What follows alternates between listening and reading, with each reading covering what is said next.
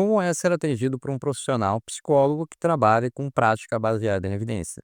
Eu me chamo Gustavo, sou formado em psicologia e esse aqui é o meu canal Comportamento e Pensamento. E eu trabalho com prática baseada em evidência. Seja muito bem-vindo e vamos lá entender melhor como é que isso funciona. Bom, para a gente entender isso, a gente precisa entender primeiro de onde é que vem a prática baseada em evidência. Ela vem dentro das ciências da saúde, mas não diretamente dentro da psicologia. Ela é uma corrente de pensamento, um movimento que foi surgindo dentro da medicina.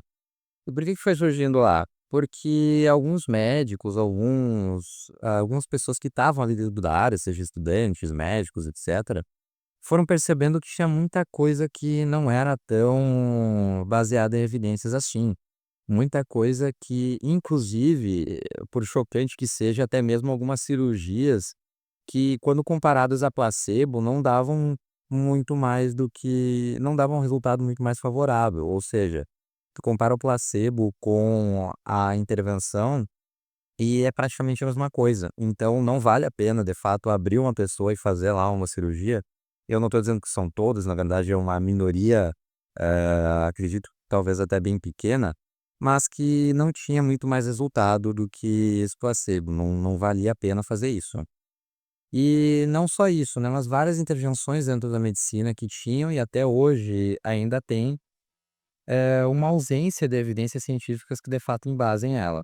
Aí essa galera foi percebendo isso e foi criando esse movimento.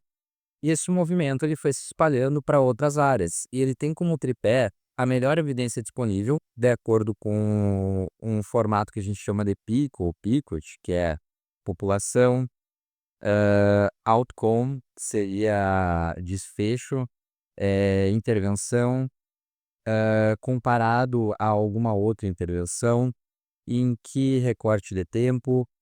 Então, por exemplo, será que uma pergunta dentro desse formato, né, vamos tentar pensar aqui juntos.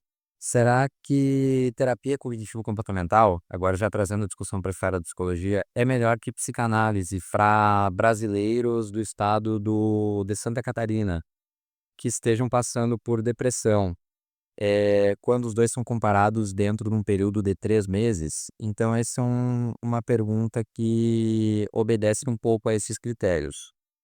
E aí a gente tem então a melhor intervenção disponível, de acordo com esse formato, aliado a princípios de perícia clínica, ou seja, o que que aquele clínico específico sabe aplicar, e aliado também às variáveis do paciente, a cultura na qual ele está inserido, aquilo que faz sentido para ele, os valores, o estado clínico e assim por diante. A gente tem então esse tripé, como se fosse um banco, se a gente tira qualquer um deles, a gente não tem mais prática baseada em evidência. E aqui, o interessante é que já serve para a gente rebater um mito que tem sobre a PBR, que ela não leva em conta a particularidade do paciente, quando na verdade é um dos itens que compõe o tripé dela, não é a aplicação cega de protocolos, é justamente adaptar os protocolos a cada paciente. E se tu quiser entender um pouco mais como é que isso funciona, a história da PBE, ou entender mais as minúcias dela, tu pode buscar alguns outros vídeos aqui dentro do canal, que eles vão poder te explicar de uma maneira um pouco mais aprofundada. Aqui eu tô só resumindo para a gente poder tratar desse tópico de como é ser atendido na prática por um profissional que trabalha com esse formato. E aí eu vou ter que te dizer, e talvez muitos clínicos ou pessoas que trabalham com PBE dentro da psicologia vão querer me crucificar por isso, mas é a melhor maneira como eu consegui resumir e explicar para mim mesmo e como eu gosto de explicar para os meus pacientes como é que funciona. Que é basicamente uma certa seleção de técnicas dentro das 4 ondas da terapia comportamental. Por que que eu digo isso? Porque, talvez muitos clínicos vejam de uma outra forma, e até se tu é alguém que trabalha com PBE dentro da psicologia, deixa aqui teu comentário se tu discordar. Mas na prática, o que eu percebo é algo nesse sentido, porque a gente tem dentro da terapia comportamental, a gente tem lá na primeira onda da terapia comportamental, que é uma coisa que surgiu lá em meados do século passado, alguns tipos de intervenção, alguns tipos de maneira de fazer uma análise, etc. Com a segunda onda, a gente já tem o cognitivismo inserido aí, que na verdade a gente tem o cognitivismo surgindo e depois se acoplando a essa segunda onda.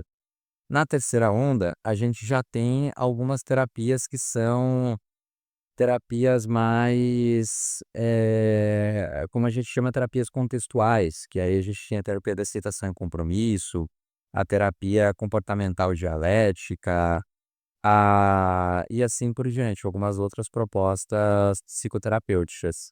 E na quarta onda, a gente já tem ali algumas terapias que elas vão partir de uma proposição de fazer uma análise funcional, que é um instrumento de análise dentro do comportamentalismo, e depois partir para alguma técnica, ou então a terapia baseada em processos e assim por diante.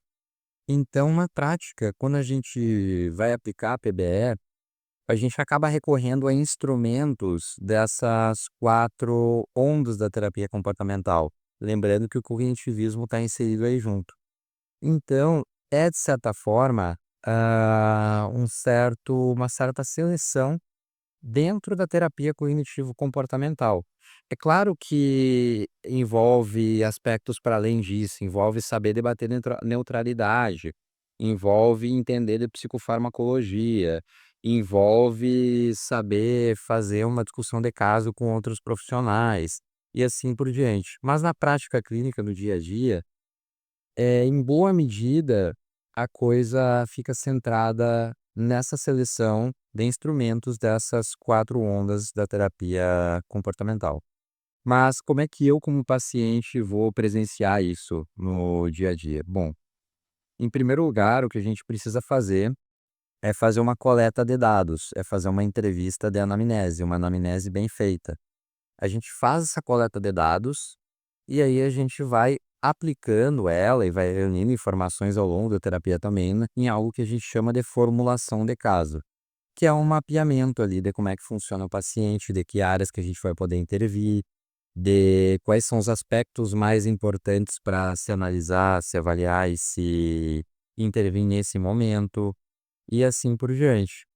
E a gente faz essa formulação de caso, aí a gente vê se tem ou não tem algum diagnóstico que a gente pode, atribuir ao paciente. E por que que isso é importante? Porque ele nos dá ferramentas padronizadas, que a gente pode, claro, adaptar, lembra lá do tripé da PBE, mas que vão ser úteis para a gente entender o que que mais ou menos funciona para aquele caso, para que o paciente fique bem o mais rápido possível, porque ninguém quer passar, ou talvez até tenha quem queira passar anos dentro de uma psicoterapia, mas o interessante é deixar o paciente bem o mais rápido possível para economizar recursos financeiros, economizar algo que é chamado na economia de perda da oportunidade, porque quando a pessoa ela não está bem, ela está de alguma maneira perdendo oportunidades da vida dela que ela poderia estar acessando, e aí se ela estiver bem e quiser continuar em psicoterapia, tá tudo certo.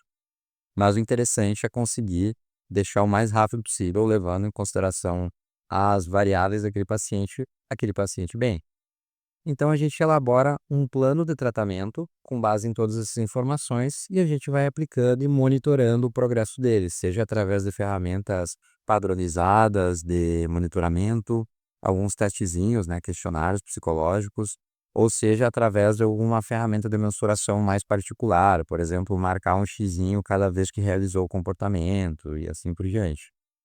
E aí, no final, quando a gente tem que traçar bem um objetivo terapêutico também, para a gente conseguir saber se realmente a gente está se aproximando dele e, portanto, se aproximando da alta, no final, dando tudo certo, a gente chega até a alta.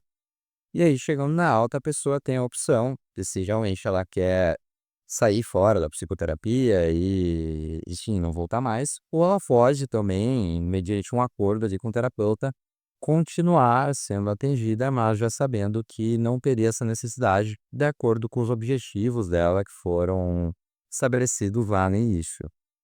Então, esse é um resumo de um passo a passo de como funciona, como é ser atendido na prática, por um terapeuta que trabalhe com prática baseada em evidência. Se tu ficou com alguma dúvida, deixa aqui nos comentários, compartilha um vídeo com alguém que talvez esteja precisando de terapia, deixa aí o teu like se tu gostou, e se tu quiser ter essa experiência em primeira mão de como é ser atendido por um terapeuta que trabalha com prática baseada em evidência, eu recomendo, talvez um pouco tendenciosamente, só um pouco, a mim mesmo.